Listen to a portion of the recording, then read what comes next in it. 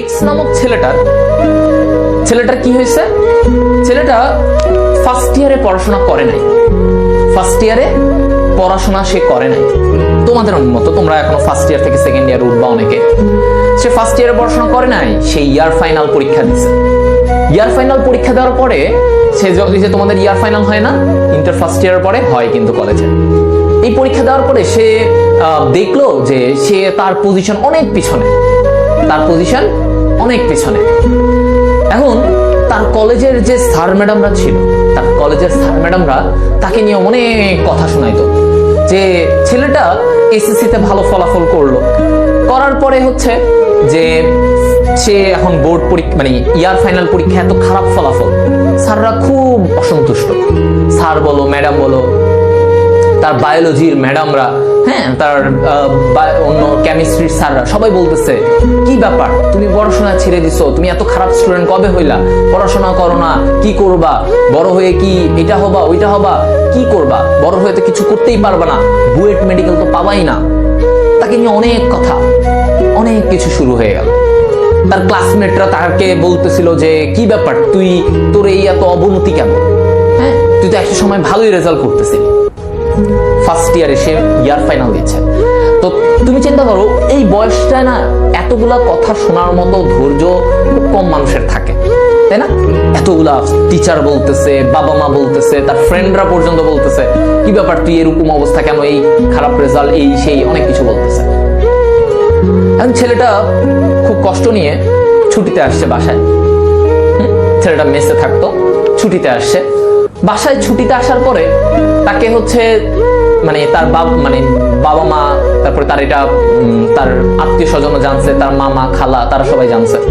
তারা জানার পরে না তাকে আবার বাসায় আসছে, কি পড়াশোনা করো না, এটা করো না, তুমি খারাপ ছেলে হয়ে যাচ্ছ, অনেক কথা। তো ছেলেটা পরে চিন্তা করলো ছুটির পরে ইয়ার ফাইনাল পরীক্ষার পরে যে ছুটিটা পেয়েছিল, সেই ছুটির পরে সে চিন্তা করলো এবার সে কলেজে গিয়ে অনেক পড়াশোনা করবে, অনেক পড়াশোনা করবে, সে সবাইকে চমকায় দিতে চাবে, ঠিক আছে, চমকায় দিতে চাবে। এখন চমকানোর জন্য তাকে অনেক পড়তে হবে, কারণ তার অনেক পড়া বাকি। সে ফার্স্ট ইয়ারে পড়ে নাই, সে ফার্স্ট ইয়ারে ঘুরে বেড়াইছে, সে ফার্স্ট ইয়ারে এই কাজ করে বেড়াইছে, অন্য কাজ করে বেড়াইছে, পড়াশোনা বহির্ভূত সকল কাজ সে করছে। এখন কলেজে আসছে, কলেজে আবার ব্যাক আসছে ছুটি শেষে।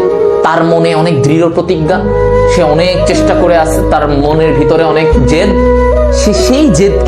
সেই জেদকে কাজে লাগিয়ে সে শুরু করলো এবার অমানবিক পড়াশোনা।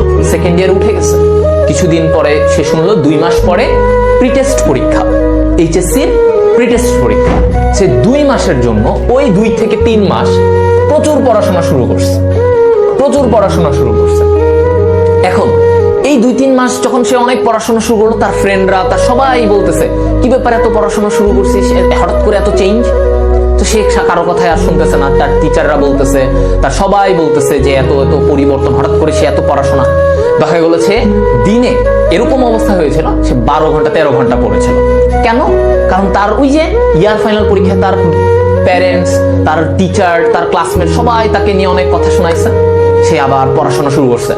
সে প্রিটেস্ট পরীক্ষায়, যে কিনা ইয়ার ফাইনাল পরীক্ষায় 30তম পজিশনের দিকে, চিন্তা করো 50 জন স্টুডেন্ট ছিল তার ক্লাসে, সেইখানে সে 30তম স্টুডেন্টের দিকে ছিল, হ্যাঁ ইয়ার ফাইনাল পরীক্ষায়। সেখান থেকে সে 2 মাস অক্লান্ত পরিশ্রম করে প্রিটেস্ট পরীক্ষায় তার পজিশন আসে হচ্ছে 5th। সে প্রিটেস্ট পরীক্ষায় 5th হয়। প্রিটেস্ট পরীক্ষায় সেই যখন 5th হলো, সব টিচার এবং ক্লাসমেটদের আবার তার প্রতি নজর চলে আসলো। কি ব্যাপার, সে আবার তার আগের তার পড়াশোনার সাইকেল চেঞ্জ হয়ে গেছে। এখন সে বই ছাড়া কিছু বোঝে না, এতদিন যা করার করছে সে এখন বই ছাড়া কিছু বোঝে না। প্রিটেস্ট পরীক্ষা শেষ, প্রিটেস্ট পরীক্ষার 3 মাস পরে আবার টেস্ট পরীক্ষার রুটিন, টেস্ট পরীক্ষা। এই সময়ে তার পড়াশোনার লেভেল আরো বেড়ে গেছে। সে এখন নিজেকে অ্যাডমিশন লেভেলের জন্য প্রস্তুত করা শুরু করছে। তার এইচএসসির পড়াশোনা শেষ, সে এইচএসসির পড়াশোনা শেষ করে এমন পড়াশোনা শুরু করছিল, পরে সে টেস্ট পরীক্ষায় ফার্স্ট। এইটা ছিল রেজাল্ট, টেস্ট পরীক্ষায় ফার্স্ট হয়েছে। এই 50 জনের মধ্যে আবার সে ব্যাক করছে, তার নিজের ফার্স্ট হয়েছে। এবং টেস্ট পরীক্ষার পরে তখন অনেক সময় থাকতো এইচএসসি টেস্ট পরীক্ষার পরে, এবং ওই ওই সময়টার মাঝখানে টেস্ট পরীক্ষায় সে ফার্স্ট হওয়ার পরে তার তো জিল অনেক বেশি, সে তো রেডি যে তার তো প্রিপারেশন খুব ভালো, এবং ওই প্রিপারেশনটাকে আরো বাড়ানোর জন্য সে গ্র্যাজুয়ালি অ্যাডমিশনের প্রস্তুতি নেওয়া শুরু করে। তার ইচ্ছা ছিল মেডিকেল, সে মেডিকেলের ইচ্ছা নাও সেই স্বপ্ন পূরণের জন্য সে প্রিপারেশন নেওয়া শুরু করে, এবং ওই প্রিপারেশন নিতে নিতে সে বিভিন্ন বই, অ্যাডমিশন লেভেলের পড়াশোনা সব কিছু পড়া শুরু করে দেয়। তার ফ্রেন্ডরা সবাই দেখে যে কি ব্যাপার, সে হাতে তার বিভিন্ন বই, আগে তার হাতে একটা বই দেখা যেত না, এখন তার হাতে এক সাবজেক্টের 3-4টা বই দেখা যাচ্ছে, সেই বই নিয়ে ঘুরতেছে। সে বায়োলজির জন্য, মেডিকেল অ্যাডমিশনের জন্য বায়োলজির 3-4টা রাইটারের বই নিয়ে ঘুরতেছে, সে বিভিন্ন ভর্তি গাইড এগুলো নিয়ে ঘুরতেছিল, ঠিক আছে। এবং পরবর্তীতে সে এইচএসসি পরীক্ষা দেয়, এবং সে এই অক্লান্ত পরিশ্রমটা ধরে রাখে, সে ঢাকা মেডিকেল কলেজে পায়। যার কথা বলছিলাম সে আমি ছিলাম। 2016 সাল, ঠিক 2016 সালে তোমাদের মতো অবস্থা থেকে আমি গ্রো করছিলাম। পুরো ফার্স্ট ইয়ার ফাঁকিবাজি করার পরে ঠিক এই জায়গাটায় এসে গ্র্যাজুয়ালি নিজেকে রাইজ করছে, ঠিক আছে, নিজেকে রাইজ করছে। তো আমার ব্যাপারে এমন ছিল না যে আমি ভাইয়া একদম ইন্টার ফার্স্ট ইয়ারেই ফার্স্ট বয় ছিলাম, ওইখানেই সেকেন্ড বয় ছিলাম, এরকম কিছু ছিল না। অনেক ফাঁকিবাজি করে ফেলছিলাম, কিছু ভুল ত্রুটির কারণে অনেক সময় দেখা গেছে এটা করছে, কিন্তু এরপরে নিজেকে টাইম দিছি, নিজের পড়াশোনার পিছনে টাইম দিছি, নিজের অনেক বেশি পরিশ্রম করছি, যার কারণে আজকে পরবর্তীতে আমার গ্র্যাজুয়ালি নিজেকে উপরে উঠাইছি। সো তুমি যদি আজকে যারা এখানে আসো 23 ব্যাচে, তোমাদের সময়টা হচ্ছে ওই যে ঠিক যেই সময়টা আমি পড়াশোনাটার একটা টার্ন করছিলাম, আমার পড়াশোনার চাকাটার গতিটা যেখানে উল্টা দিকে যাচ্ছিল ওটাকে আমি সোজা দিকে আনতেছিলাম, ঠিক সেই সময়টাই তোমরা প্রত্যেকে এখানে আসো। এই সময়টার সময় যদি চাকাটাকে ঠিকভাবে না ঘোরাও, এখনো যদি উল্টা দিকে ঘুরতে থাকো, পড়াশোনায় এখনো ওই সেম ঢিলামি, এখনো মনে হচ্ছে যে আজকের পড়াটা কালকে পড়ি, কালকের পড়াটা 2 দিন পর পড়ি, এই পড়াটার ফ্লোটা যদি এখনো এরকম থাকে, তাহলে ভাইয়া দিন শেষে তোমার অবস্থান তুমি নিজেও খুঁজে পাবা না। আমার সাথে আমি কামব্যাক করেছিলাম, সেদিনের পর থেকে কামব্যাক করেছিলাম, কিন্তু এমনও আমি কয়েকজনকে দেখেছিলাম, আমার সাথের অনেক 1-2 জন ছিল যারা ওই সময়টায় কামব্যাক করে নাই। তারা ভাবছে আর 4 মাস পরে করবো, আরে অ্যাডমিশন তো আছে। এই যে পরে কামব্যাক করাটা, আর এই কামব্যাক হয়ে ওঠে না, আর তোমারও ওই সেম লেভেলেই তুমি থাকবা।